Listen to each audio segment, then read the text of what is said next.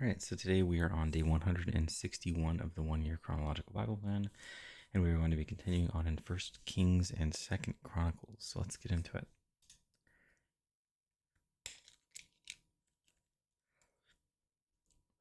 1st Kings 15:16. There was war between Asa and Baasha, king of Israel, throughout their reigns. Baasha, king of Israel, went up against Judah and fortified Ramah to prevent anyone from leaving or entering the territory of Asa, king of Judah. Asa then took all the silver and gold that was left in the treasuries of the Lord's temple and of his own palace.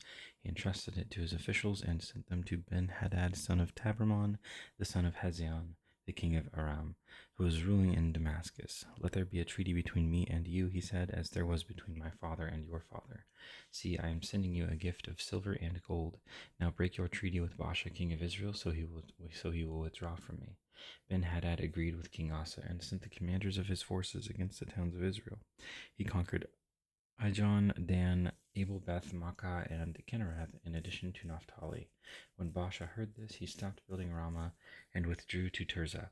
Then King Asa issued an order to all Judah. No one was exempt, and they carried away from Ramah the stones and timber Baasha had been using there.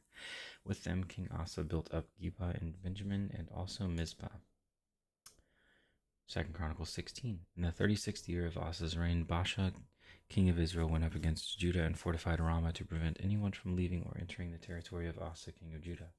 Asa then took the silver and gold out of the treasuries of the Lord's temple and of his own palace and sent it to Ben-Hadad, king of Aram, who was ruling in Damascus. Let there be a treaty between me and you, he said, as there was between my father and your father. See, I am sending you silver and gold. Now break your treaty with Baasha, king of Israel, so he will withdraw from me. Ben-Hadad agreed with King Asa and sent the commanders of his forces against the towns of Israel. They conquered Ijon, Dan, Abel, Maim, and all the store cities of Naphtali. When Baasha heard this, he stopped building Ramah and abandoned his work. Then King Asa brought all the men of Judah, and they carried away from Ramah the stones and timber Baasha had been using. With them he built up Geba and Mizpah. At that time, Hanani the seer came to Asa, king of Judah, and said to him, because you relied on the king of Aram and not on the Lord your God, the army of the king of Aram has escaped from your hand. Were not the Cushites and Libyans a mighty army, with great numbers of chariots and horsemen? Yet when you relied on the Lord, he delivered them into your hand. For the eyes of the Lord range throughout the earth to strengthen those whose hearts are fully committed to him. You have done a foolish thing, and from now on you will be at war. Asa was angry with the seer because of this. He was so enraged that he put him in prison. At the same time, Asa brutally oppressed some of the people. 1 Kings 16. Then the word of the Lord came to Jehu, son of Hanani, concerning Baasha. I lifted you up from the dust and appointed you ruler over my people Israel. But you followed the ways of Jeroboam and caused my people Israel to sin and to arouse my anger by their sins. So I am about to wipe out Baasha and his house, and I will make your house like that of Jeroboam, son of Nebat. Dogs will eat those belonging to Baasha who die in the city, and birds will feed on those who die in the country. As for the other events of Baasha's reign, what he did and his achievements, are they not written in the book of the annals of the kings of Israel? Baasha rested with his ancestors and was buried in Tirzah, and Elah his son succeeded him as king. Moreover, the word of the Lord came through the prophet Jehu, son of Hanani, to Baasha and his house, because of all the evil he had done in the eyes of the Lord, arousing his anger by the things he did, becoming like the house of Jeroboam, and also because he destroyed it. Elah, king of Israel. In the 26th year of Asa, king of Judah, Elah, son of Baasha, became king of Israel, and he reigned in Tirzah 2 years. Zimri, one of his officials, who had command of half his chariots, plotted against him. Elah was in Tirzah at the time, getting drunk in the home of Arza, the palace administrator at Tirzah. Zimri came in, struck him down, and killed him in the 27th year of Asa, king of Judah. Then he succeeded him as king. As soon as he began to reign and was seated on the throne, he killed off Baasha's whole family. He did not spare a single male, whether relative or friend. So Zimri destroyed the whole family of Baasha in accordance with the word of the Lord spoken against Baasha through the prophet Jehu, because of all the sins Baasha and his son Elah had committed and had caused Israel to commit, so that they aroused the anger of the Lord, the God of Israel, by their worthless idols. As for the other events of Elah's reign, all he did, are they not written in the book of the annals of the kings of Israel? Zimri, king of Israel. In the 27th year of Asa, king of Judah, Zimri reigned in Tirzah 7 days. The army was encamped near Gibbethon, a Philistine town. When the Israelites in the camp heard that Zimri had plotted against the king and murdered him, they proclaimed Omri, the commander of the army, king over Israel that very day there in the camp. Then Omri and all the Israelites with him withdrew from Gibbethon and laid siege to Tirzah. When Zimri saw that the city was taken, he went into the citadel of the royal palace and set the palace on fire around him. So he died, because of the sins he had committed, doing evil in the eyes of the Lord, and following the ways of Jeroboam, and committing the same sin Jeroboam had caused Israel to commit. As for the other events of Zimri's reign and the rebellion he carried out, are they not written in the book of the annals of the kings of Israel? Omri, king of Israel. Then the people of Israel were split into two factions. Half supported Tibni, son of Ginath, for king, and the other half supported Omri. But Omri's followers proved stronger than those of Tibni, son of Ginath, so Tibni died, and Omri became king.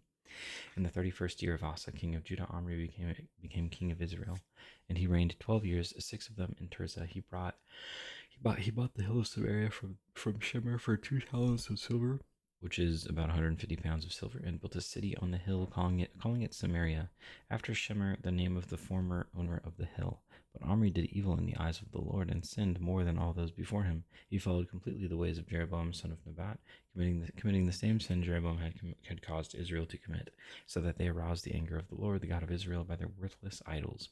As for the other events of Omri's reign, what he did and the things he achieved, are they not written in the book of the annals of the kings of Israel? Omri rested with his ancestors and was buried in Samaria, and Ahab his son succeeded him as king.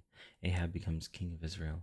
In the 38th year of Asa, king of Judah, Ahab son of Omri became king of Israel, and he reigned in Samaria over Israel 22 years. Ahab son of Omri did more evil in the eyes of the Lord than any of those before him. He not only considered it trivial to commit the sins of Jeroboam son of Nebat, but he also married Jezebel, daughter of Ethbaal, king of the Sidonians, and began to serve Baal and worship him. He set up an altar for Baal in the temple of Baal that he built in Samaria. Ahab also made an Asherah pole and did more to arouse the anger of the Lord, the God of Israel, than did all the kings of Israel before him. In Ahab's time, Hiel of Bethel rebuilt Jericho. He laid its foundations at the cost of his firstborn son Abiram, and he set up its gates at the cost of his youngest son Segub, in accordance with the word of the Lord spoken by Joshua son of Nun.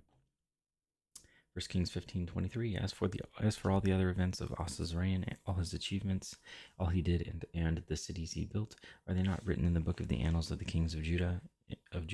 In his old age, however, his feet became diseased. Then Asa rested with his ancestors and was buried with them in the city of his father David.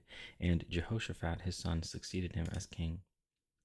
2 Chronicles 16. The events of Asa's reign from beginning to end are written in the book of the kings of Judah and Israel. In the 39th year of his reign, Asa was afflicted with a disease in his feet. Though his disease was severe, even in his illness, he did not seek help from the Lord, but only from the physicians. Then in the 41st year of his reign, Asa died and rested with his ancestors. They buried him in the tomb that he had cut out for himself in the city of David. They laid him on a bier covered with spices and various blended perfumes, and they made a huge fire in his honor. 2 Chronicles 17. Jehoshaphat, king of Judah. Jehoshaphat, his son, succeeded him as king and strengthened himself against Israel. He stationed troops in all the fortified cities of Judah and put garrisons in Judah and in the towns of Ephraim that his father Asa had captured. The Lord was with Jehoshaphat because he followed the ways of his father David before him. He did not consult the Baals, but sought the God of his father and followed his commands rather than the practices of Israel. The Lord established the kingdom under his control, and all Judah brought gifts to Jehoshaphat, so that he had great wealth and honor. His heart was devoted to the ways of the Lord. Furthermore, he removed the high places and the Asherah poles from Judah. In the 3rd year of his reign, he sent his officials Ben-Hail, Obadiah, Zechariah, Nethanel, and Micaiah to teach in the towns of Judah. With them were certain Levites: Shemaiah, Nethaniah, Zebediah, Asahel, Shemiramoth, Jonathan, Adonijah, Tobijah, and Tob-Adonijah, and the priests Elishama and Jehoram. They taught throughout Judah, taking with them the book of the law of the Lord. They went around to all the towns of Judah and taught the people. The fear of the Lord fell on all the kingdoms of the lands surrounding Judah, so that they did not go to war against Jehoshaphat. Some Philistines brought Jehoshaphat gifts and silver as tribute, and the Arabs brought him flocks, 7,700 rams and 7,700 goats. Jehoshaphat became more and more powerful. He built forts and store cities in Judah and had large supplies in the towns of Judah. He also kept experienced fighting men in Jerusalem. Their enrollment by families was as follows: from Judah, commander of units of 1,000, Adnah, the commander with 300,000 fighting men. Next, Jehohanan, the commander with 280,000. Next, Amasiah, son of Zikri, who volunteered himself for the service of the Lord with 200,000. From Benjamin, Eliada, a valiant soldier with 200,000 men armed with bows and shields. Next, Jehozabad with 180,000 men armed for battle. These were the men who served the king, besides those he stationed in the fortified cities throughout Judah. 1 Kings 17.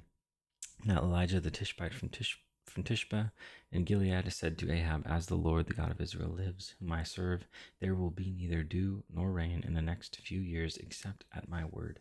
Elijah fed by ravens. Then the word of the Lord came to Elijah: "Leave here, turn eastward and hide in the Kerith ravine east of the Jordan. You will drink from the brook, and I have directed the ravens to supply you with food there." So he did what the Lord had told him. He went to the Kerith ravine east of the Jordan and stayed there. The ravens brought him bread and meat in the morning and bread and meat in the evening, and he drank from the brook. Elijah and the widow at Zarephath. Sometime later the brook dried up because there had been no rain in the land. And that is day 161.